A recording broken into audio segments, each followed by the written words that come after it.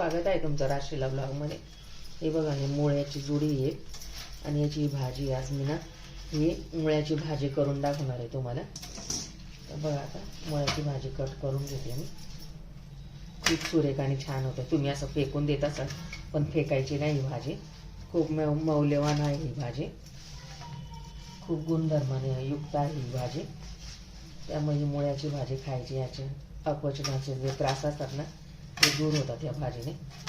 बघा, अशी कोवळीच भाजी बघा ही। काही जण मुळे घेताना टाकून देतात, ही भाजी घेत नाही पण घ्यायची।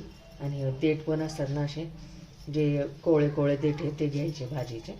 भाजी चिरून घेते मी आता।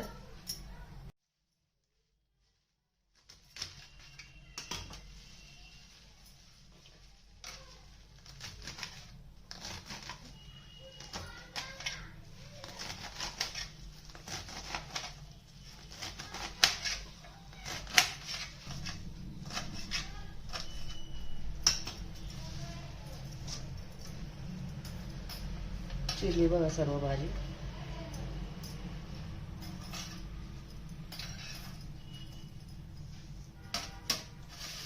फोडणी करायची। गॅसवरती कढई ठेवली, त्याच्यामध्ये 2 चमचे तेल टाकून घेते। तापलं की त्याच्यामध्ये जिरे टाकायचे अर्धा चमचा, अर्धा चमचा मोहरी टाकायची,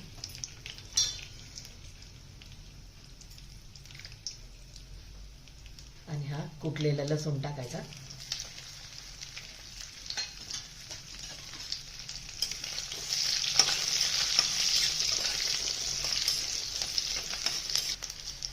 पाच सहा हिरव्या मिरच्या चिरलेल्या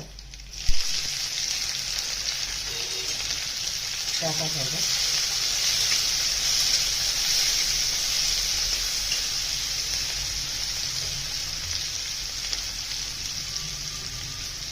एक कांदा चिरलेला तो टाकायचा।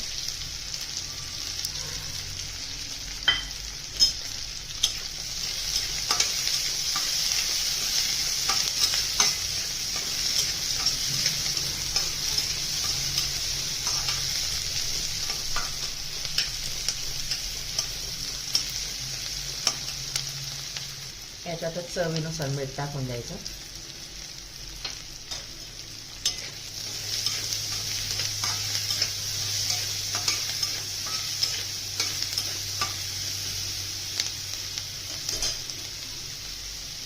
आणि याच्यामध्ये धुतलेली भाजी टाकायची आहे।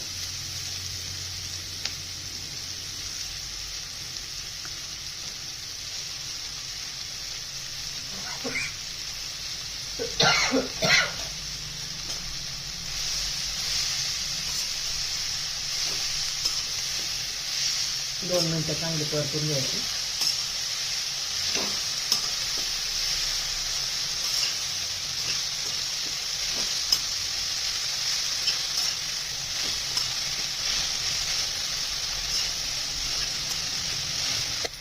हिवाळ्यामध्ये अशी भाजी करून बघा तुम्ही। चपाती भाकरी सोबत खूप सुरेख लागते ही भाजी, मुळ्याच्या पानांची भाजी।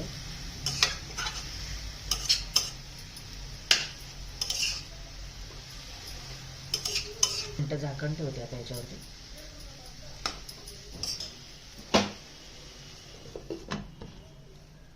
दोन मिनिटानंतर बघूया आपण भाजी कशी झाली।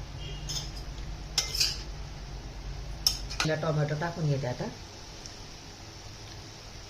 टोमॅटो नाही टाकलं तरी चालेल, आवडत असेल तर टाकावं।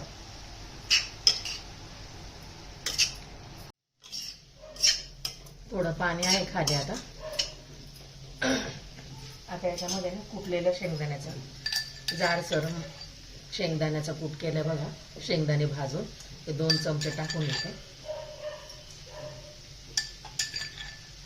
याने खूप छान टेस्ट येते असं।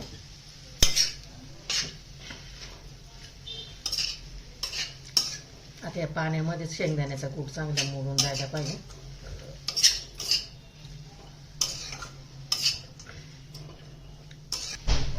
गॅस बंद करते आता, सर्व करून दाखवते।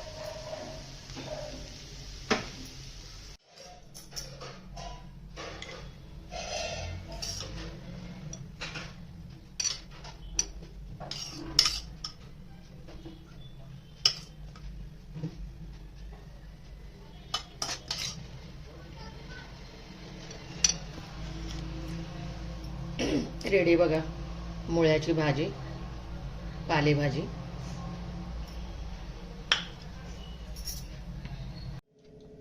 व्हिडिओ आवडल्यास लाईक करा, शेअर करा, सबस्क्राईब करा. भेटू पुढच्या व्हिडिओमध्ये. Bye, thank you.